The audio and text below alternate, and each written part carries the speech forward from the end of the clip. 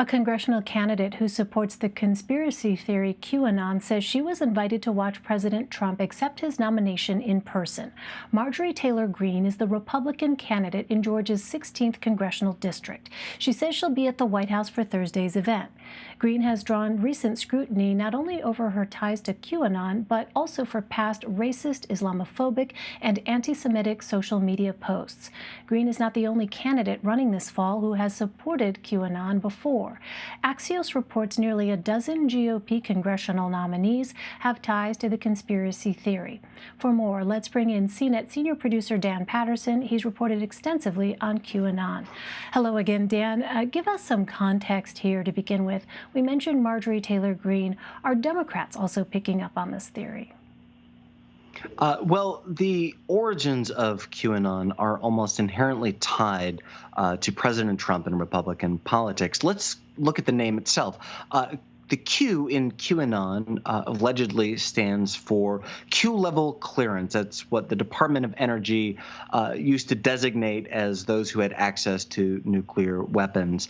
And this individual allegedly was very close to President Trump. Some believers of QAnon believe that it was President Trump, left messages on the 4chan message board. So when we look at the history of what they call Q drops, these are messages from Q, this individual, that have spanned a number of years now.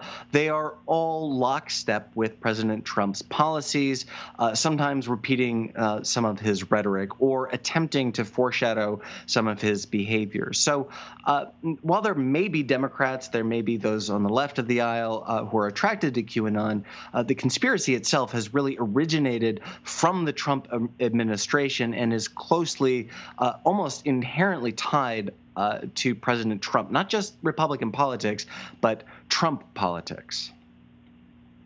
Well, are there some common themes between the QAnon supporting candidates and their platforms?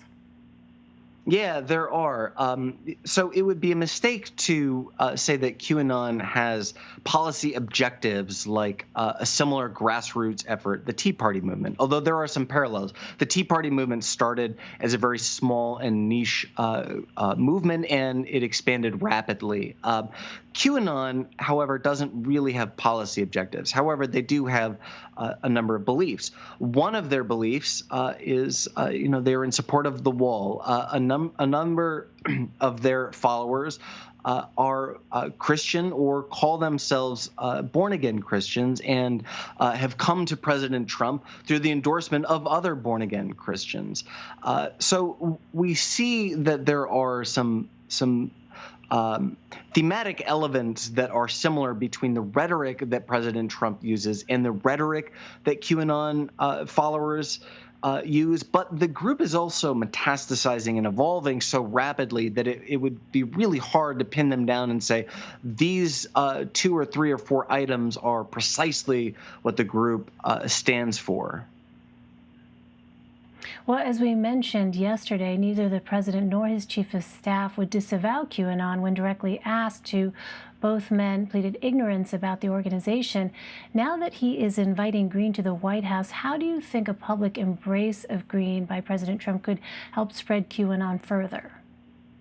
It's seen absolutely as an endorsement. Look, when we take a look at the actual language that QAnon uses and has been using leading up to and during the Republican convention, they do see this as an endorsement. This is the president dog whistling or telling the organization that, hey, look, I back you and I support you, or at least I back and support people who are like you.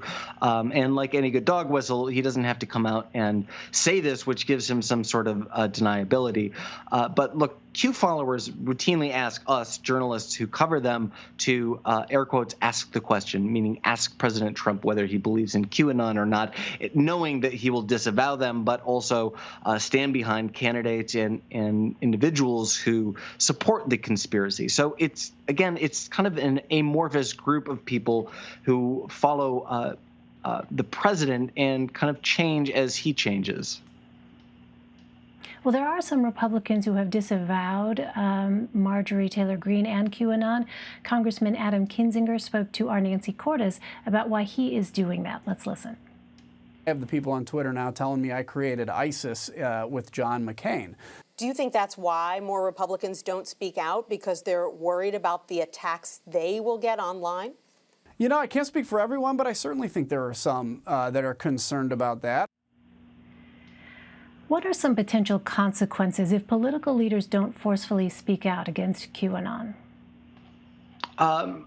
Look, not disavowing QAnon means that you allow the organization to grow or that you do tacitly condone what they are doing. And look, QAnon is violent, and they do attack individuals both. I mean, they've been linked to violent attacks. A number of incidents, including Christchurch, El Paso.